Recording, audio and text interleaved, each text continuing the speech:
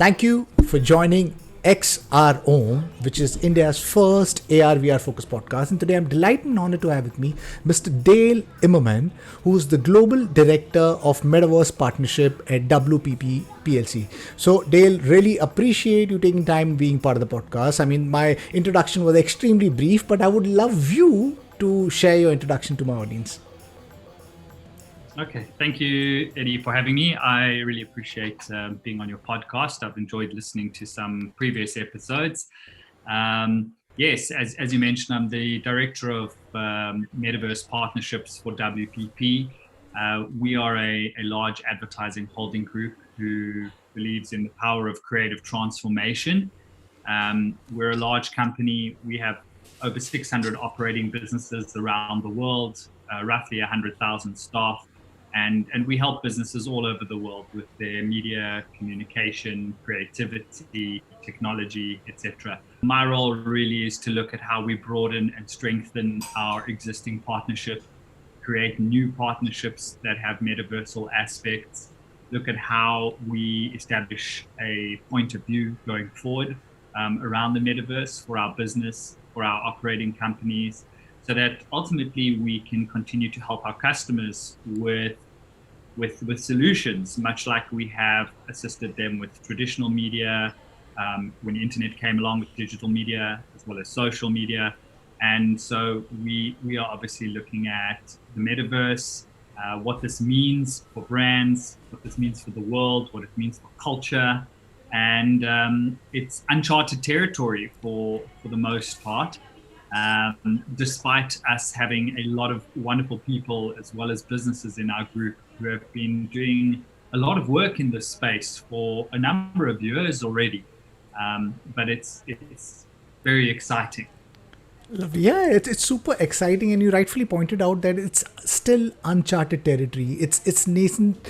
The technology itself is in such a nascent stage, and when it all comes together and we actually have the metaverse that we all talk about, I think the entire industry will completely get upended. When when I said entire industry, I think every different verticals, I think there'll be nothing which will not get touched by the potential of metaverse. Why don't we start with the base layer by explaining to the audience who don't really know what metaverse is, like the basic lowdown of what metaverse is and what are its capabilities?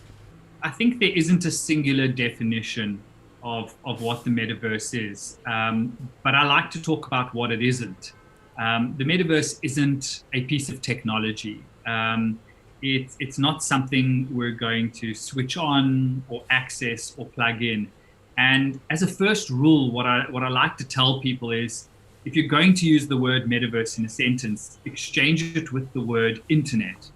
And if the sentence doesn't make sense, you might be using the term a little bit out of turn. But I see the metaverse as a concept. It was born out of fiction. It came from a book written by Neil Stephenson, Snow Crash, where he describes a virtual world of a specific size. In his book, this world is centralized and is largely controlled by one organization. But really what it is a 100% virtual immersive world where people can go into this space and interact in the same way that we do in the real world, doing all sorts of real world things, whether that be work or playing or communicating or entertainment, etc. All of these things would be possible in a metaverse. For layman's, I guess the best way to think about it is the next iteration of the internet. Up until now, the internet largely has been two-dimensional. We visit flat web pages, we're able to watch video, see photos, we're able to message people in text, we're able to have a two-way discussion using video, which is two-dimensional as we're doing right now. And I think really the defining difference between the internet and the metaverse is that we are transforming from a two-dimensional internet into a three-dimensional internet. And as I said earlier, it's very exciting because with that comes a lot of opportunities. But I think if we go back to, the early 2000s and look at what's happened over the last 20 years, almost every single business, every single industry um, has arguably become reliant on the internet. Much like if we go back, 100 years, every single business, every single person became reliant on electricity. And so as we embark on what I call, this yellow brick road, which still needs to be paved, and we will be paving it over the coming decade or two, perhaps three, that road will lead us to a metaverse, at which point it will become pervasive and we won't talk about it as this thing in the same way that 5 years ago we spoke about digital being this thing, and there was an offline and there was an online. But as we move into the space, today we have digital natives, people who were born after the internet. And so this concept of digital makes no sense to them, because in order for there to be an online, there would have to be an offline, right? And I think in the coming decades, we're going to see the same effects happening with the metaverse. We simply will put on VR headsets, we will be immersed in this space, and we will be conducting all forms of communication, work, entertainment experience in that space. You gave the metaphor of the internet and electricity. That yes, metaverse is that potential. Can we start with giving the lowdown on what are the opportunities that a brand can leverage when once this metaverse starts coming to life or in shape? We need to take one step back, because as people have seen the potential, that potential has been realized due to a number of emerging technologies. And whilst the metaverse, by some definition, is very far away, it does present a lot of opportunities for organizations today. If we look at this road and we continue that metaphor of a paved road, and we look down and say, well, what have we paved up until now, and what are we going to be paving in the short term, in the next 3 to 5 years? My view is I'm very bullish on augmented reality. And so whilst, some people believe the metaverse is a 100% immersive experience, I like to turn my attention to something called the reality continuum. And what the reality continuum really talks about is this journey, and it's not a time-based journey, it's a technological capability-based journey, which takes us from, I suppose, reality as we know it, to augmented reality, where digital objects are overlaid on top of the real world through some type of interface, whether that's a smartphone or through augmented reality glasses, which are beginning to emerge and very exciting. But further to that, going to a fully virtual reality immersive experience. And there's a few things that happen in between and along the way, and a few different names that industry players are referring to in this space, such as XR as an overlapping term, or mixed reality, which Microsoft speaks to quite bullishly, trying to encapsulate both. And then, of course, there are always some interesting things which I tell people to go and look at, like if we go backwards on the continuum, concepts like diminished reality. And these are not really new concepts. A lot of papers have been written on things like diminished reality, augmented reality, and virtual reality for over 70 years now. People have written in depth about these subjects. So I believe brands have a journey that they need to go on. And my first sort of advice to brands who are looking to do something metaversal is to understand that ultimately this isn't going to be a campaign.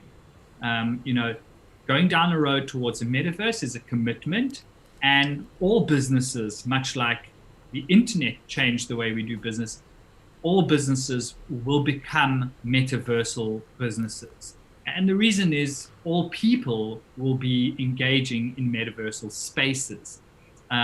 whether that be, engaging with NFTs, using augmented reality, or going fully into virtual worlds for a number of different reasons, or immersing themselves in virtual reality. And so, history has shown us that brands will typically go to where people are, because they have something that they want to say. But the opportunities really are endless. And some of those opportunities are things like virtual stores for brands to conduct commerce. The ability for companies to offer sales training to their staff can be remote and far more scalable than current efforts using metaversal technologies. The ability for consumers to customize or configure products prior to ordering them. Companies will be able to test new designs without making physical products. These ideas of gamified commerce or play to earn platforms. Social gaming is a big opportunity. And then, of course, one thing that the metaverse really enables is the creator economy, which brands almost don't necessarily have control over, but it's going to be interesting to see how they enable creators out there to potentially build or design things utilizing brand assets or elements.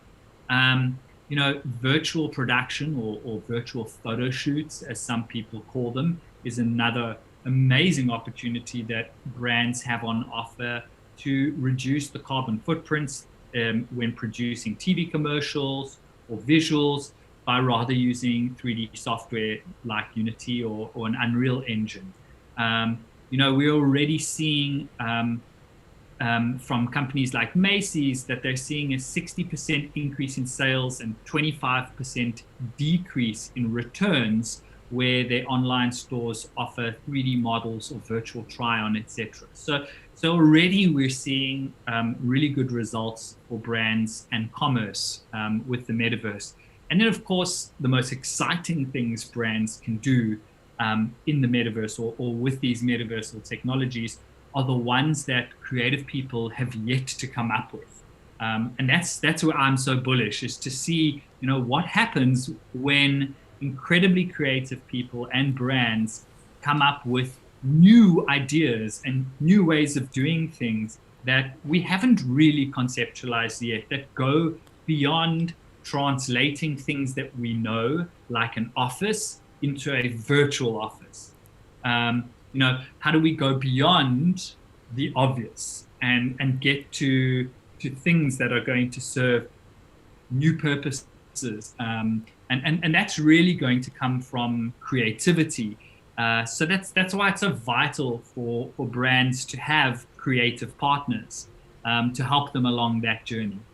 Right. Yeah. So I completely, W that the metaverse is still not there, but the layers are kind of like coming together. There's AR, there's VR, there's MR, there's diminished reality, and there's so many others, and that we can start leveraging. But change, I think, doesn't come, easily.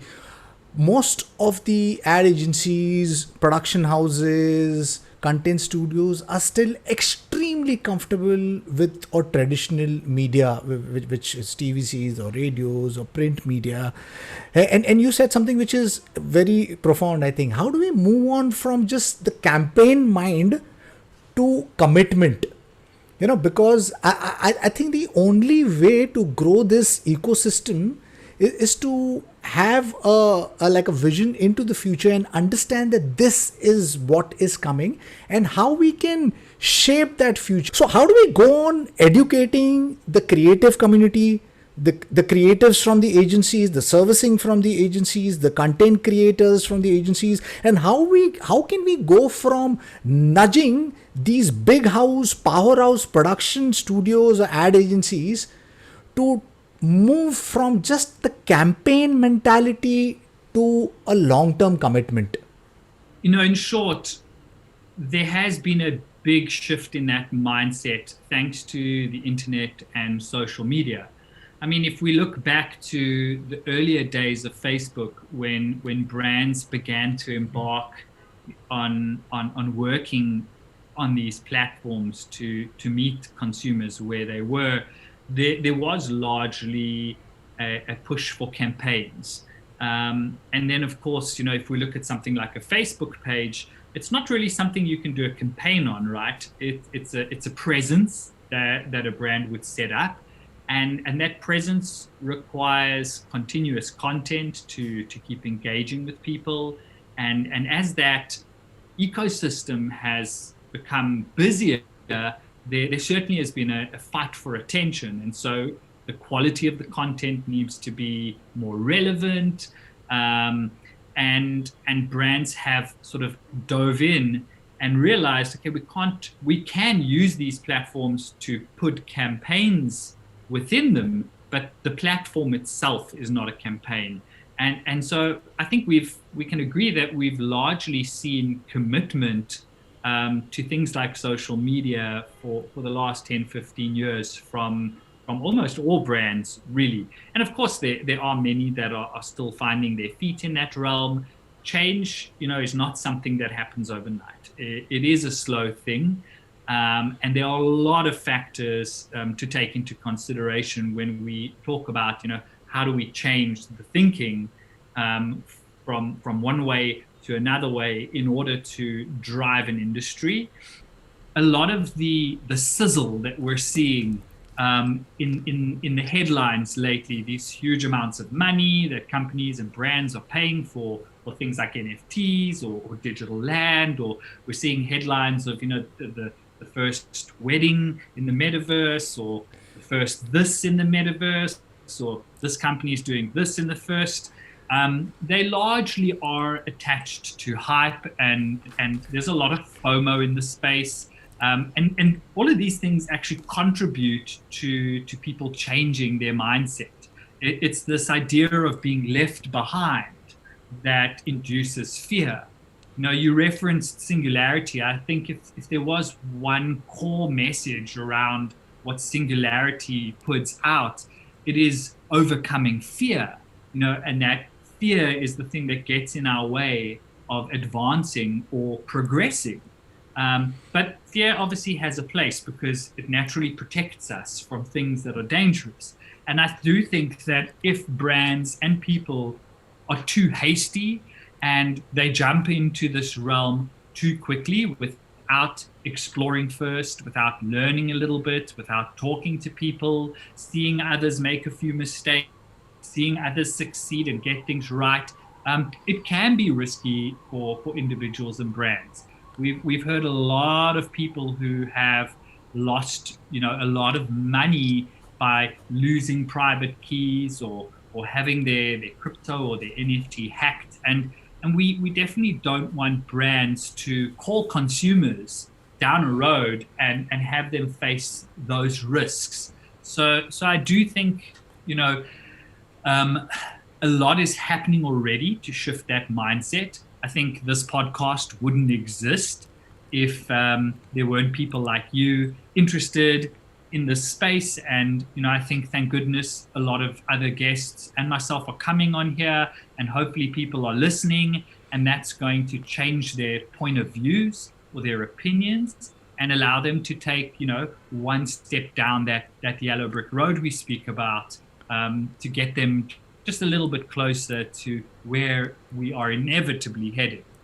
But my advice to brands and to I suppose ad agencies, which we own a lot of, is really to experiment and to form a point of view. I can't speak to what all of our businesses are doing. We have a lot of really, really smart people, and they have sort of kept us safe through numerous transitions in the path. And so I trust they're able to keep us safe going into this new transition because they're extremely passionate about it. But from a group level, we're doing a hell of a lot to support our organizations and to support our clients and to ultimately create great partnerships so that when we do take these steps down this road, we're with a group of people who are really ready to take on anything that kind of comes our way. Right. Yeah. So it's an exciting space, but it's also a scary space because, like you mentioned, there is so many problems for a user to buy, mint, trade NFTs. And in this digital world, unlike our physical world, we are digitizing faster than we are able to understand completely the nature of the beast. And I think cybersecurity is something that we really, really need to look at, because the pace at which digitization is happening and the convergence of this technology, because there is no one single technology. It's even the metaverse layer. The only way it's going to come alive is when blockchain, AI, XR, IoT, 5G, scanners, NFTs, when they all come together, we'll have a seamless layer of what we are dreaming of, a decentralized, open, interoperable world. That itself, the decentralized world, interoperable, open, it's so against the nature of everything which is traditional. So I personally don't even understand, or I don't have a clue on how, when this actually shapes up, how ready will traditional businesses would be ready for something like that. Staying in the metaverse space, you guys have been amongst the front movers when it comes to tinkering around and creating metaversal content. You mentioned here in India also there are a team who's looking at the metaverse first wedding, metaverse first Valentine, stuff like that. Would you like to share some use case works that you have built? Yeah, so as WPP, we are a holding company, so we ourselves don't produce any work, but some of the incredible businesses in our stable have been working on let's call them metaversal jobs for our customers for quite some time now, and there've been some really incredible examples. One that really stood out for me was the Genesis Curry Flow sneakers, which was effectively an NFT drop done for Under Armour by Berlin Cameron, one of our organizations. So there were 5 different digital replicas of game day shoes that were minted and could be worn across 4 different gaming platforms. And that really speaks to that interoperability. But effectively, it was Under Armour releasing its first cross-platform metaverse sneakers with in-game functionality to celebrate Steph Curry's new all-time 3-point NBA record. And so that was really a great example. And 2,974 shoes were sold out with 4.5 million attempts to purchase from over 20 countries. There was $15 million in secondary volume by January this year already. And over $1 million of funds were raised for charity. And then, of course, being in the marketing world, 12.8 million impressions were gained as a result of that. So, that was an incredible campaign.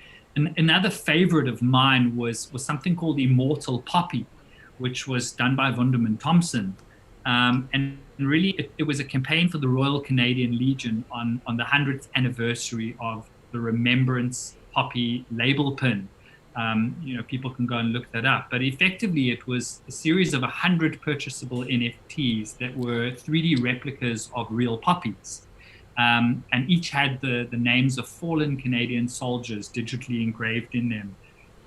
And what this did is it led to millions of earned media campaigns, 30,000 in sales during the campaign period, money on a secondary NFT sales market. But really what this enabled was this idea of a perpetual fundraising mechanism for the charity. And so it solves a massive problem that charities have, which is to constantly always be, raising funds. And that can get quite tiring, and it can, it can dwell on those sort of charities to constantly be wondering where their funds are going to be coming from. One of the coolest campaigns I saw was for Cadbury, and I think it was done in India. And really what it allowed people to do was to go online to a web page and create a note for a friend or a loved one, and send that note to them, via a digital message.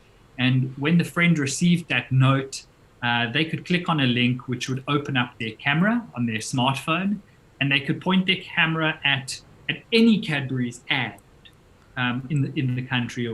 And what would happen is that ad, using augmented reality, would completely transform and animate, displaying the message that the original friend had sent them. And so using, the brand's media placements as a canvas for sending messages and communicating with friends or loved ones. And for me, I really like that because it really bridges that divide between, I suppose, a virtual world and a digital world. And then, of course, we work on extremely, you talk about how do we shift the thinking.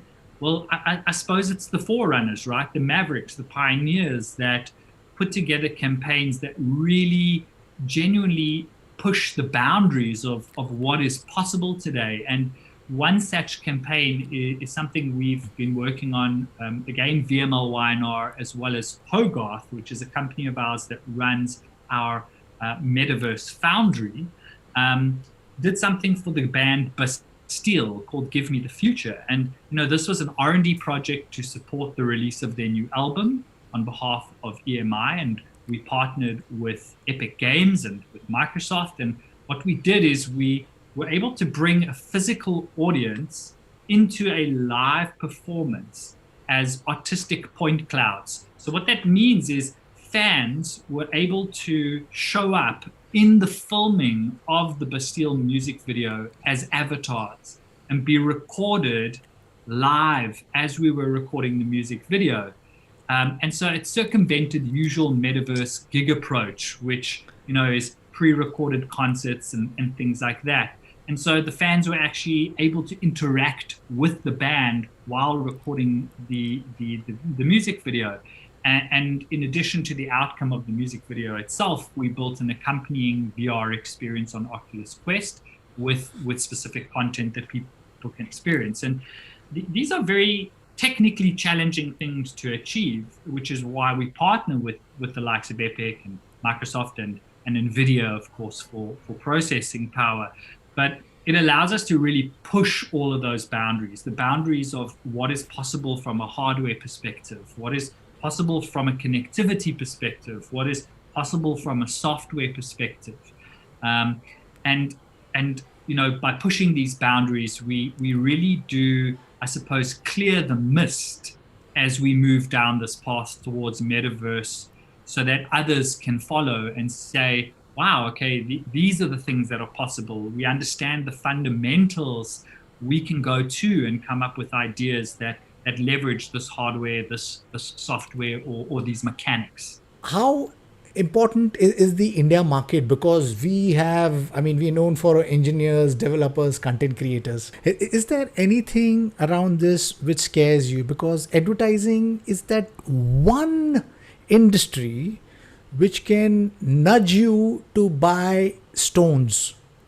So far, I think social media has become a tool which can nudge you to do things, and artificial intelligence as a technology is growingly becoming a tool which can, through the big data, which can manipulate and nudge you. Then there is something called as neuromarketing.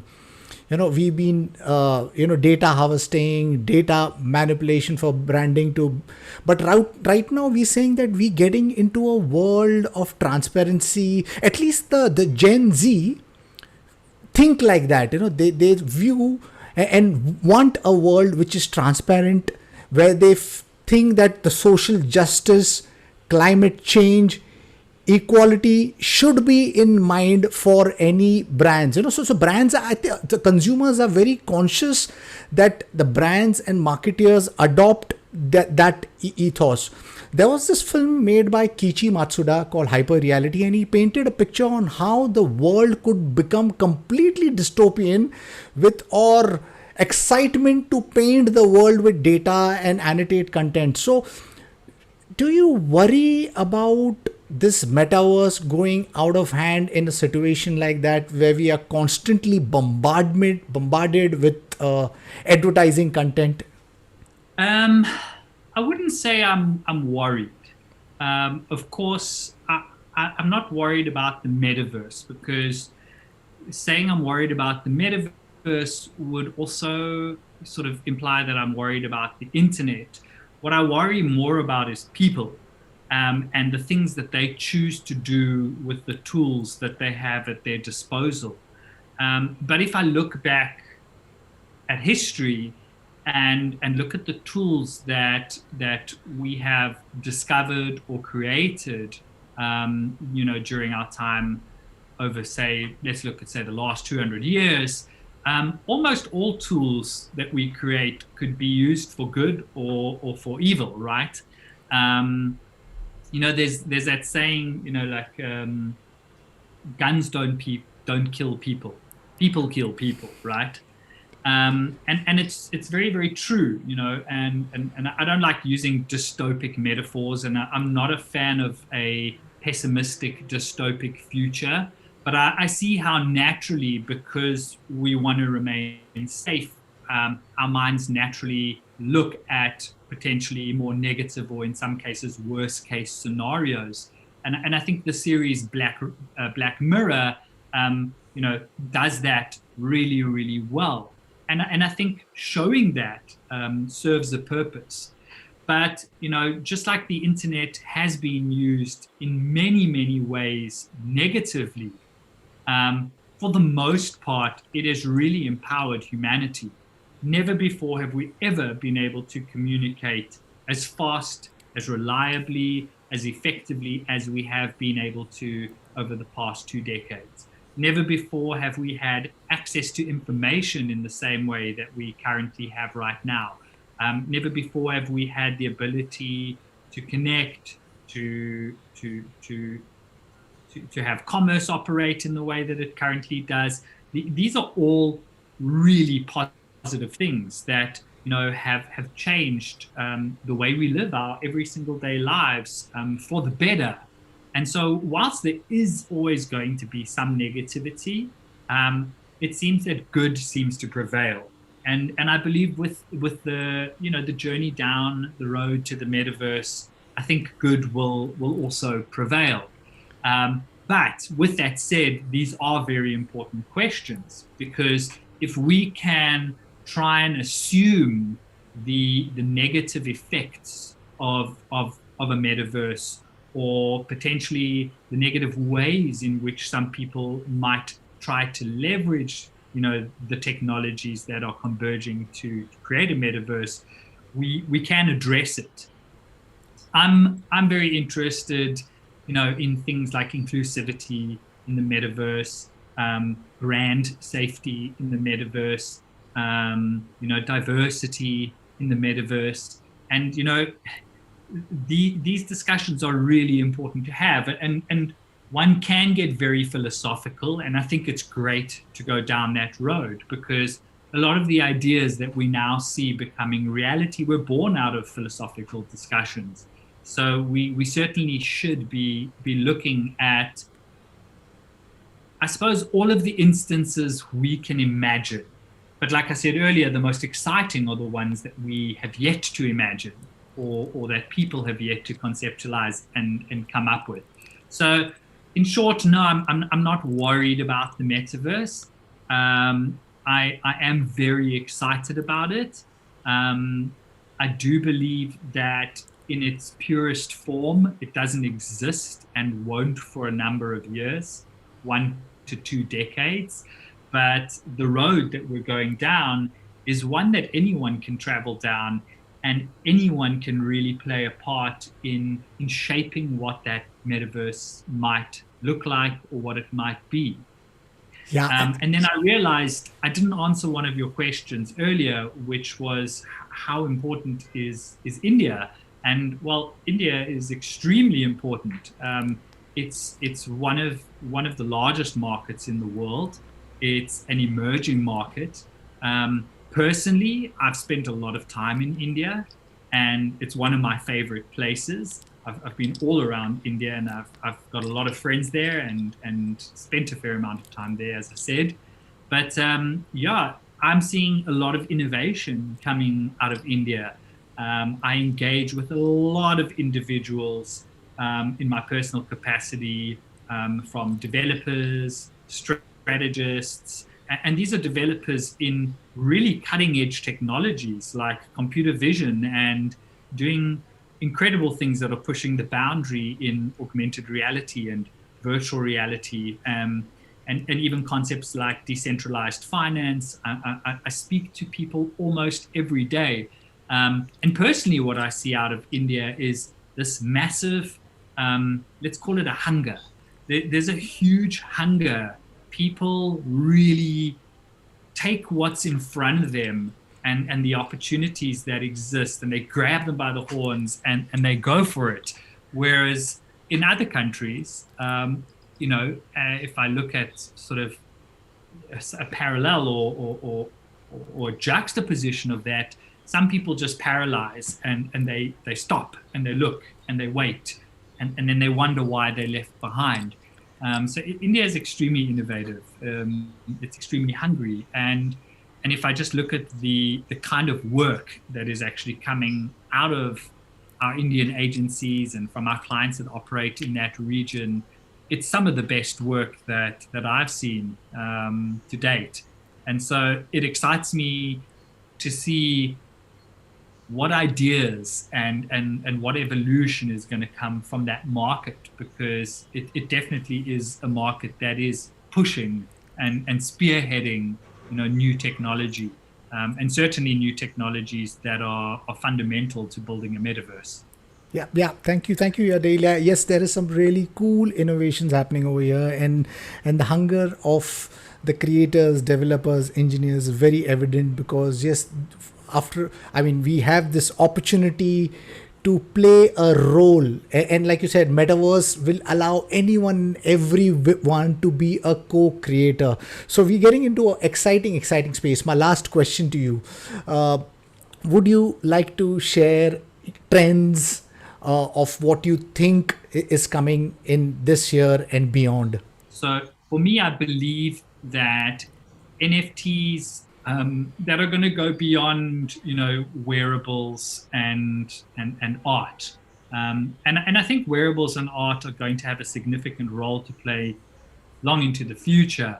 But again, it's the things that are genuine utility, and I think there are lots of opportunities.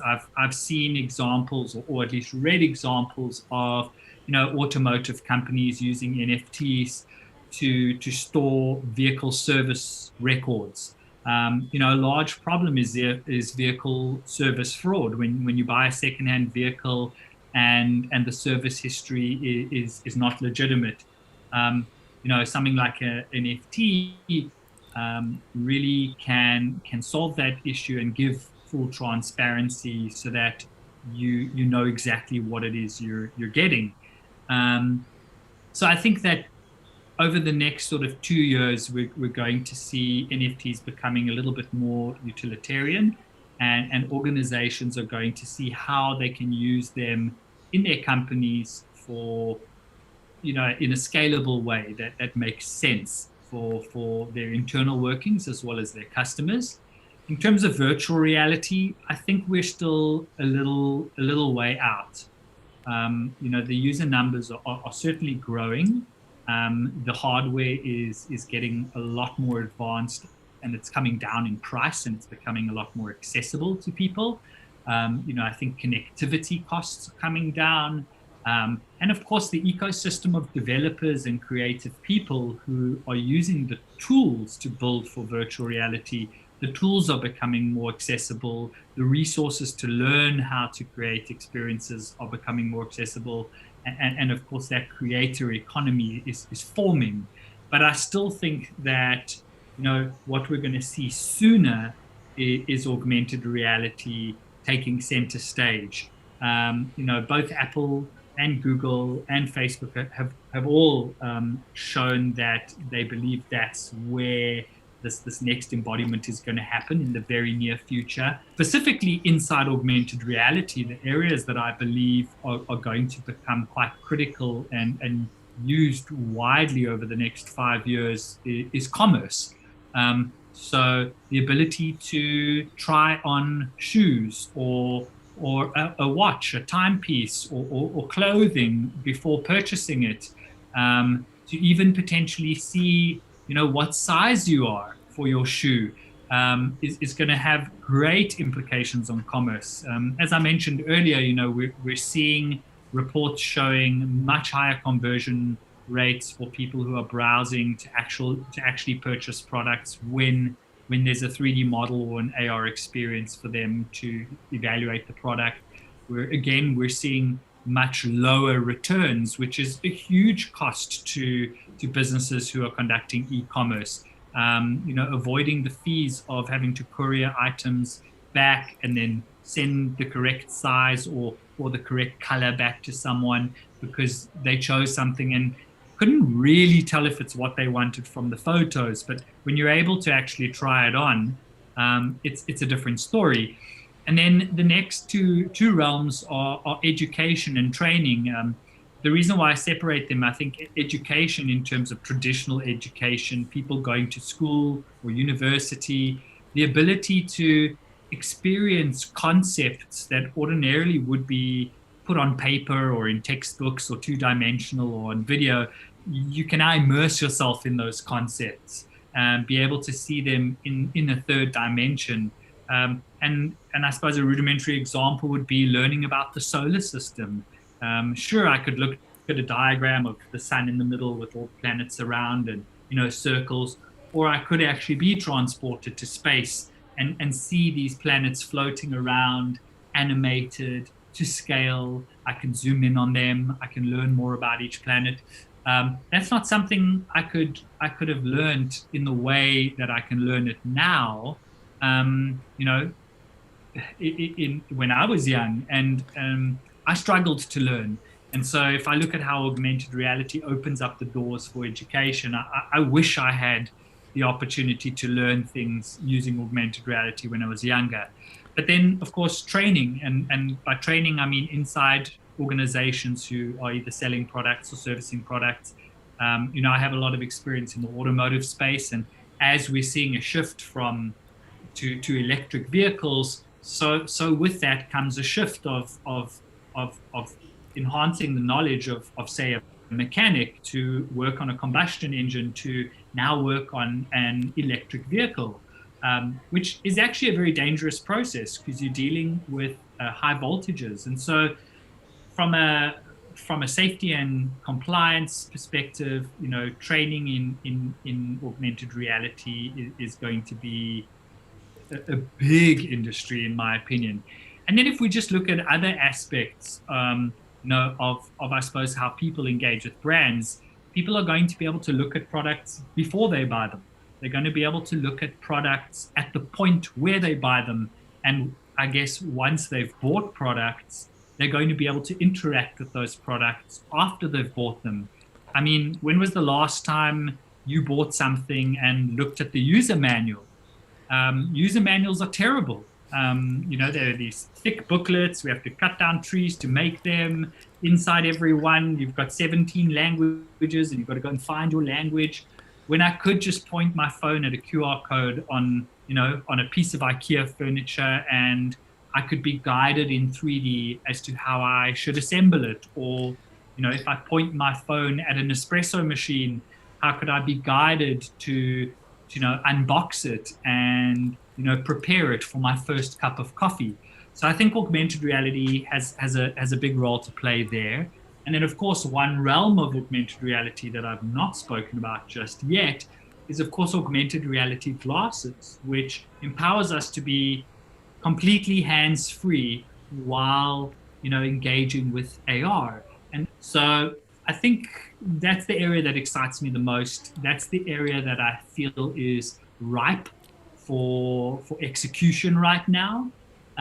Shortly followed by VR, and I think alongside of this, we're going to see a lot of brands and companies um, experimenting with virtual worlds that people can access through either VR, desktop, or through their mobile device. And I think the holy grail is learning not what people are going to do there, but the way we're going to change how we do things there, how we interact, how we collaborate and work together, how we network, how we consume entertainment. These are all exciting spaces I think that we're going to see unlock in the very, very near future. Lovely.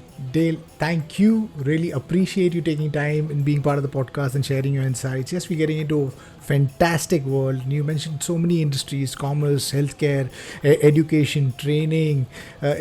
All of these are going to get upended. In the next, possibly this decade, we'll move from carrying technology to wearing technology. Maybe glasses is thin is this, and it's an exciting world. And I hope that this conversation of us nudges the ad agencies, production house, content studios to explore, learn, and figure that how they can start right now, because the journey, the future is super exciting. So thank you once again, Dale. Really appreciate this. And to my listeners, if you like what you see in here, then please press the subscribe button. Until next time, see you guys. Bye bye. Thank you, Dale. Really appreciate this. Fantastic. Thank you.